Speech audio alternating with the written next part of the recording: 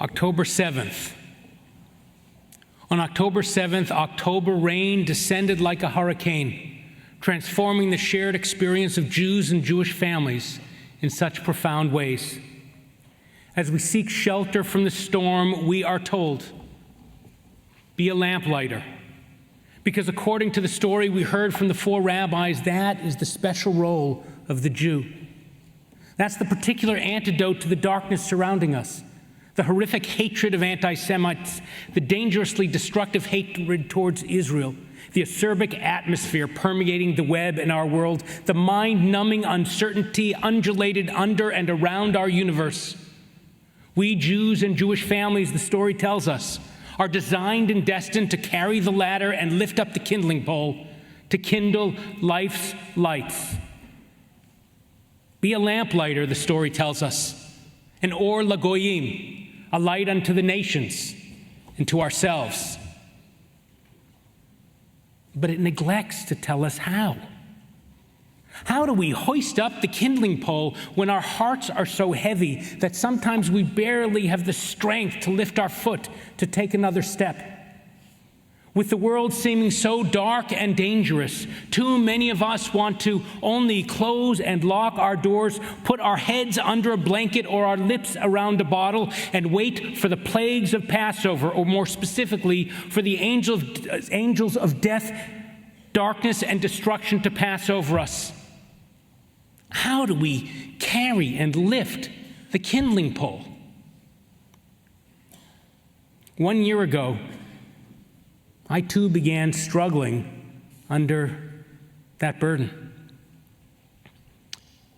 When the mitzvah of celebrating with bride and groom collided with the obligation to offer strength and solace for our people. Samantha, the child of my college roommates Ben and Christine, was marrying Danny, so I traveled to Cape Cod to celebrate the Simcha. Oh, there is nothing like a beach wedding on Cape Cod. The smell of the sea mixes with the sound of the wind whispering through the wild grasses growing on the sand dunes. Having lunched many a time with Ben at this very club, I was flooded with fantastic memories. Now, Ben was what we would call in the old days a WASP, an old-school white Anglo-Saxon Protestant who nonetheless once learned the Hebrew blessing over the wine so he could help lead the Sheva Brachot blessing during Michelle and my funeral. Now, Ben's new son-in-law, Danny, is Jewish.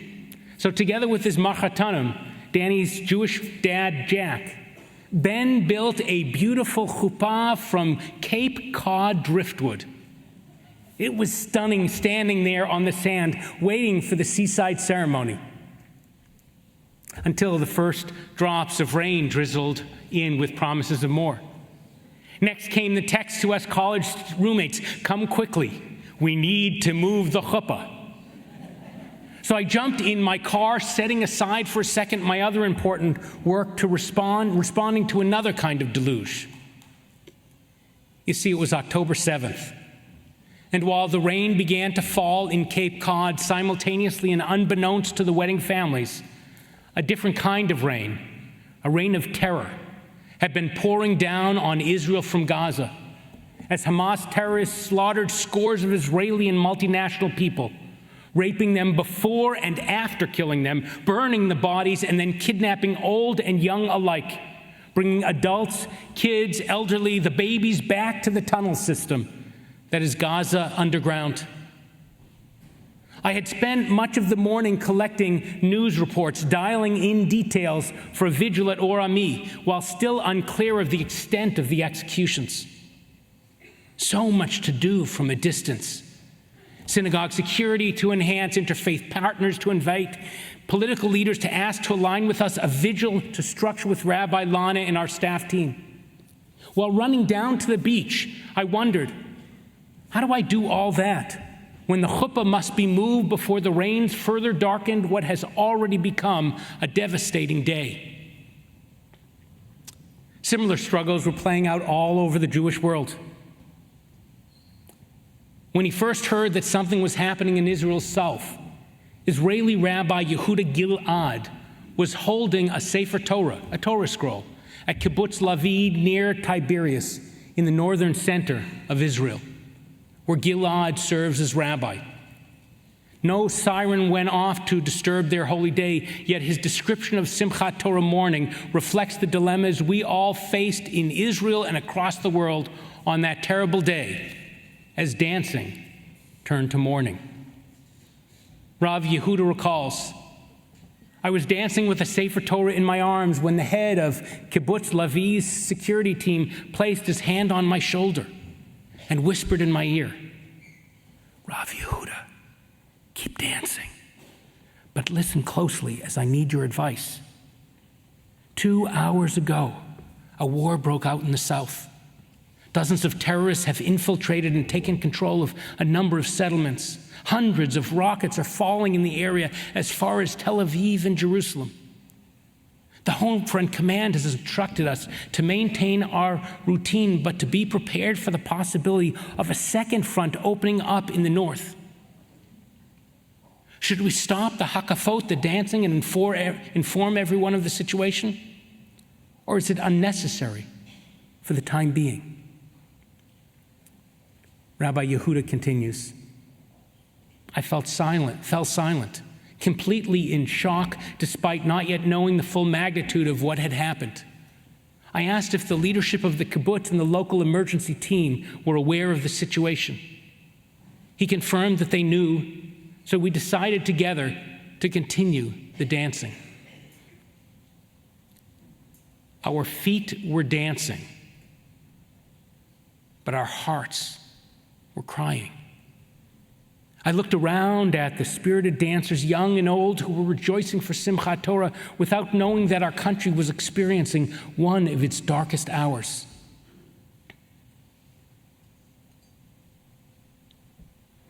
As the details of October 7th became known and shared, it became clear that the world had darkened in decidedly dangerous ways for Jews and Jewish families everywhere. As all of this continues to build now, 1 year later, the world feels devastatingly darkened, and our sense of security feels substantially subverted. How many of us are feeling that, right? You may be feeling like you are lost because of what's happening in Israel. You may be feeling harassed at your college campus or because of what your children are facing at school. And that darkness isn't just attached to Israel and anti-Semitism. Some of us are weighed down and weakened because of the struggles of our aging parents or the challenges of our struggling children. Others are facing the fear of financial failure or of relationships ending. Or you might be living in a body that doesn't feel right to you or experiencing feelings that are darkening the way you see the world. Some of us have turned to substances to mask the misery we are feeling. Others of us may be so damn depressed that we just don't give a damn. Or we do so much, but we can't seem to catch a break. Or that each break we get demands compromises that are breaking us. Brother, sister, sibling, friend, you are not alone. Our congregant, Debbie Molnar, a licensed marriage and family therapist, gently reminds us and regularly reminds me, her rabbi, every time we speak, that we, all of us, are currently going through a collective traumatic experience. Quoting Lisa Oliver, Debbie reminds us, of course you're exhausted. Of course you're afraid. Of course you're overwhelmed. Of course you're clinging to certainty in the midst of the unknown. Of course you aren't as productive or feeling foggy or wondering how you possibly can get through so many waves of emotion. Of course you want to check out and do nothing. Of course you want to take action and do everything you can to help. Of course you're unsure of what the right course of action is.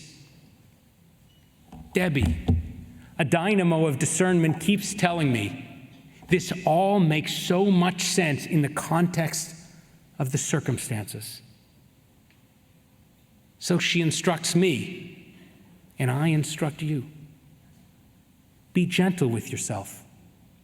Have compassion for your process. Give yourself grace. You know, our lamplighter ancestors also had to carry heavy burdens. It had to get horrifically heavy after an hour or so of carrying it around. Ever wonder how they did it? How do we do it? So my wife, Michelle, whose daily yoga practice centers her and inspires me, explains that the key to holding things up is core strength. We can contain crisis mentality by creating core muscle memory to hold us up when in the midst of trauma, we can't remember how. We can strengthen ourselves in three ways. B'chol levavcha, emotionally. B'chol nafshecha, spiritually. And b'chol uv'chol me'odecha, physically also. So physically, we can go to the gym, working our muscles. We can do morning stretching and strengthening exercises. You might walk or run, bike or swim. Linda Kipnes, my mom of blessed memory, used to tell me that whenever I was down, I should move around. I largely ignored her until I finally realized her timeless wisdom. Or, when the darkness gets you down, you could follow the life lesson embedded in that Talmudic TV show. You know the one, Grey's Anatomy. When sometimes these things are harsh, what do? You just need to dance it out. I thought about having music there, but it didn't.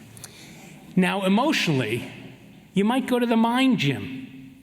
Yeah, find the right life coach or therapist, the right combination of medications or talk therapy to help us hold up the weight we are struggling to carry. And of course, Judaism offers psychologically sound insights too. In Midrash Avot de Rabbi Natan, recently recounted to me by Rabbi Noah Farkas, the Midrash relates that once Rabbi Yochanan ben Zakkai and Rabbi Joshua were walking through the ruins in the aftermath of the temple's destruction in Jerusalem. The rocks were still smoldering. Rabbi Joshua said, "Woe to us, for this sacred place is destroyed. How will we respond to the heaviness? How can we lift ourselves and others up?"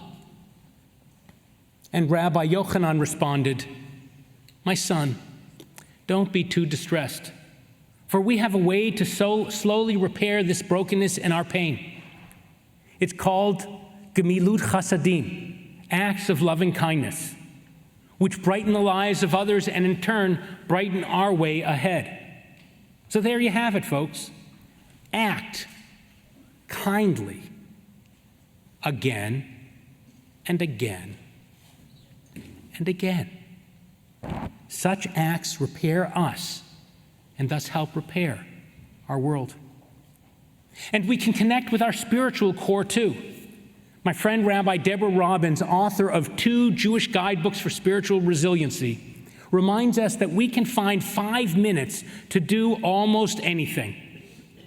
Rabbi Robbins instructs us to find a poem or prayer to read daily. I turn to her psalm for each day and its accompanying essay, and then to write or reflect on it for just 5 minutes. Interesting fact, doing that got me through the first 3 months after my dad died. This spiritual practice centers me and strengthens my core for the hits that some days seem to keep coming. Thankfully, I discovered all this long before October 7th. But the core strengthening exercises, my collecting around me my team, my wife, my wife's friends, my therapist, ensured that I would be able to carry those heavy burdens during a very difficult year. And it helped me on October 7th, as I was running down to the beach to move that delightful driftwood chuppah, while digesting the devastating news reports of unimaginable brutality, while planning with our Orame team the vigil for 2 days hence, while worrying about my Israeli family and friends, while wondering what might be said at the wedding.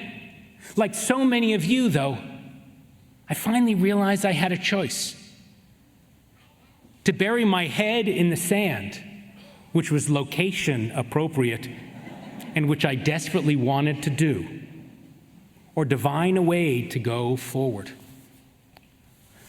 So heart-heavy and internally traumatized, I nonetheless joined 6 others who bent down, tightened our cores, and carried that chuppah from the beach to the main building. We were chuppah carriers, moving sacred space to a safer place. We were lamplighters, bringing light to the dark horror that was that day. Well, the wedding, it went by like a dream. Soon we were shouting Mazel Tov to the breaking of the glass. But then the dancing began. After a while, I brought the bride's 86-year-old Italian Catholic grandmother, Mary Lou, out for a spin on the dance floor. Mary Lou, you see, who had fed me many a meal during my college years and offered great advice to get through, was carrying her own additional burden. Sadness that her eldest son couldn't attend the wedding because his partner was battling cancer. So I danced with her because I knew Mary Lou needed a moment of celebration too. There we were in the most mystifying of moments, as my cool tears of joy mixed with hot tears of terror, as I now knew that so many of the murdered in Israel had been at the Nova Music Festival, and they had been dancing. Folks, the stuff of life keeps happening. Sometimes it's worrisome, sometimes joyous, sometimes deadly, and everything in between. Life can be so crushing or so satisfying, or a combination of both. And through it all, what do we do? To be a Jew or part of a Jewish family or an ally for Jews means that in a darkened world, even when the darkness feels devastating to us, we strengthen our core, we bend down still, we lift up the kindling pole, and as we keep lighting those lights, it's about gemilut chasadim, acts of kindness. It's about emunah, hope, faith. It's about tikva, hope.